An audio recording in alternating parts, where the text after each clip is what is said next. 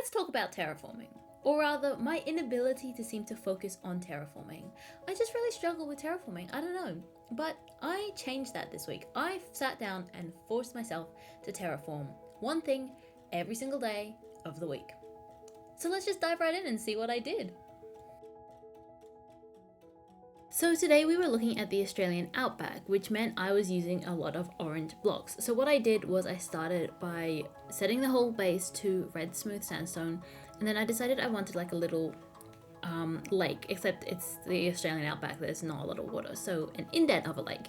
So I built that and then started building the hill around it, that where the water would sit in to make it an actual lake if there were to be rain. And I did it with gradients, so I used orange terracotta and I used acacia logs and then acacia planks, gradienting up to smooth sandstone, and then finally jungle planks and red sand, just straight red sand. So yeah, it was pretty repetitive. I was just going through and texturing and adding gradients and little bits of hill with the slabs and block variation. Yeah, it was definitely a little bit repetitive, a little bit monotonous, but then I started getting into some of the detail. So I put some trees at the back to create forced perspective. So I used polished tuff and diorite walls, pale oak fences, and then pale oak leaves and mangrove leaves, I think. And then I went through and just added a couple of dry dead bushes, dead coral ferns, and then some more leaves just to add that little bit of detail. And then right at the very end, I decided to put in a little kangaroo and swap out some of the lake pieces for glass to add the effect that maybe there had been water there in recent moments. But yeah, cute kangaroo. So today we were doing the exact opposite of what we did yesterday. We were doing a massive big mountain range, so the color scheme is the exact opposite. So I decided to gradient it. I did polished deep slate as my darkest, cobble deep slate as my middle, coal deep slate ore, and then finishing off with light grey concrete powder. And then for the snow bits, I went over with snow as my base, white concrete, and then calcite. And I initially just block spammed, and then I was like, that kind of looks a bit messy. So what I ended up doing was snow in the middle, calcite up along one side to create a bit of a shadow, and then white concrete on the complete opposite side, again to build shadow and depth. And then with the ice, I kind of just looked at where my mountains kind of formed peaks and put the ice around that area. And then glass was around the ice just to add to that depth and consistency. Because being a transparent block, it just worked together well. But to do that, what I kind of did, you can see me here, is fill out the mountain. And one thing I think I did was I made it too curved. I should have made it concave, more scooped, scooping inside rather than bulging outside. Concave, convex, I always mix it up. But then I went over with the snow once I got my base with the deep slate. And this is how it turned out. For a first time mountain, I think it's okay, but there is definitely room for improvement. I think if I worked at a bigger scale, it would have been much easier, but I did set myself a small scale. So today with the beach, I decided to challenge myself and not use any sand or sand related blocks. So no sandstone, no sand, no nothing. So instead I opted for birch, oak and spruce to get like a variation of a wet or a darker area compared to the lighter area. And you can see in the middle, I've got a strip of birch. I've got some oak planks, which lead into stripped oak wood, which leads into spruce. And you'll see later that I do some swapping around with the oak planks right here. I swapped them to cherry and then to oak planks so that I could use the commands without it messing everything up. And then what I did was I indented it a little bit more just so that when I add the water, as you can see now, it sits more flush and I can build up with layers and create that dark effect while still being kind of blue by layering the stained glass and getting mixed colors. So what I have on the bottom is cyan glass and glass panes, then dark grey glass, which gradients into light grey glass, which has the white frothy bit along the front. And then along the front, I also used a variation of panes and actual blocks to add to that texture. And then what I did was I went through and added a bunch of rocks, dark blocks, so deep slate. I think I used pale oak wood and then coarse dirt to add some texture, added a couple of pale oak leaves just to, again, add a little bit more variation in texture to little foliage you might find on the beach. But this was actually really fun messing around with the glass for water. So when building this, I had a very clear color scheme in mind. Well, first of all, I had to go and tame that cat. But with building the white cliffs, because there aren't a lot of really clear, like pure white blocks in the game, I knew my gradients and I knew my colors because they've been tried and true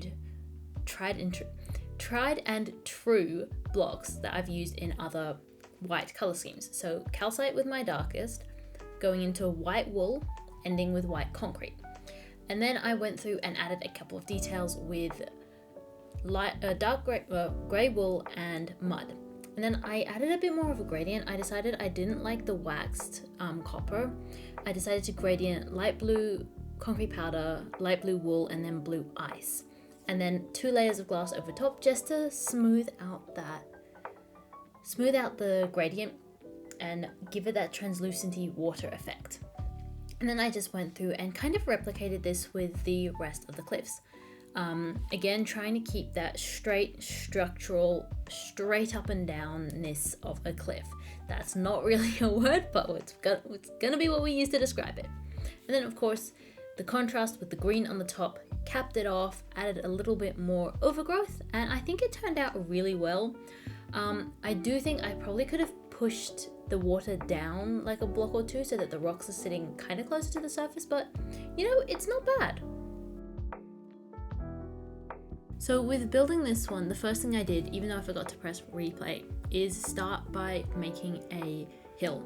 So I just layered stacks of podzol and then I went around and shaped it, made it a bit more smooth and curvy. Then I went through and textured with coarse dirt, rooted dirt and spruce planks, and passing through the white cliffs of Dover. You can see here I'm just going through and kind of patchworking it. Like I want it to all be quite sparse and big chunks. Then I went through and did a little path, a lot of mossy cobblestone bricks and some stone bricks, and then I used some bamboo signs to add some texture. And then I placed a bunch of random bamboo signs and ferns down just to make that natural effect of low shrubbery. And then I went through and spammed the bamboo. Now I didn't want it to be just bamboo, so I went through with bamboo fences and waxed weathered copper, or the one before it goes like the bluey color, just to add a bit of texture and variation in with the normal bamboo. So what that does is it creates the effect that it's not just one flat thing, because that's boring and visually it just doesn't look right. So by mixing in the other two, you get both texture variation and color variation, and the thicknesses all end up being different as well, and it just creates some more visual interest. As you can see running through here, you can clearly see that there are some like thinner ones and some thicker ones and some yellow ones, and there's different heights and all in that. And yeah, I think it turned out pretty well actually. So with the sand dunes, I knew I wanted to do like a similar color theme to the beach earlier, but this time because I wanted a intense brightness, I was also going to use sand and sandstone. So what I started by doing was laying out like a basic long middle curve, and then some more smaller curves of where the sand would like sit and then bulge and then curve away. And then I kind of just gradiented it and filled it out. There wasn't too much technically when it came to color and block choice. It was more about getting the shape organic and smooth, because sand dunes do have this unnatural perfect smoothness to them, which I was really trying to emulate here.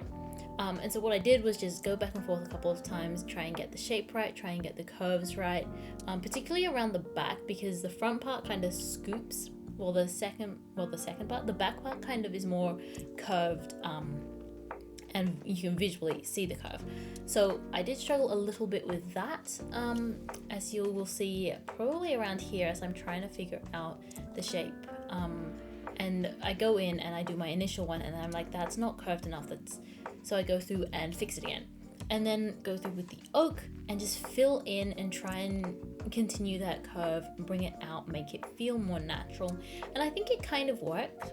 I do tend to prefer the front slope, like the scoop in part, more than the bulge out bit at the back, which is why that part is front of the final shots. So for this one, I started with a base of sandstone and then tried to just lay out the shape of the lake. And you can see I kind of struggled with this a little bit. It just wasn't big enough. It wasn't like the right shape. Then it was a bit of a struggle. But I eventually got a shape that I was happy enough to work with. And I went through and did some gradients with some blocks. Now I'm not going to name these blocks because one, I can't really remember them, and two, I change them later. But then I go over with some pink glass and add a bit of texture with some pink stained glass paints, and add a second layer over top. Do it again just to smooth out the texture a little bit of the harshness of the gradients. Then I go through and lift the sand layer up a little bit and add some white stained glass, because after all, these lakes do have a lot of salt, and that means they crust along the edges and go white, and it's really pretty. But it does mean that I got to play around with this harsh outline effect. Then what I did was I went through and swapped some of the blocks out because I just wasn't vibing with the middle one. So I think I swapped it to light pink. It's just pink, isn't it? Pink concrete powder. Then I went through and detailed the external bits. So birch, being my darkest block, is going to be the furthest away. And then sand and sandstone are my closer to the lake because they're much lighter blocks. Then I went through, added a couple more details with the bushes and the trees. And yeah, here's the final build. This was a really fun week. Terraforming is definitely out of my comfort zone, but I think I learned a lot this week and it was good fun.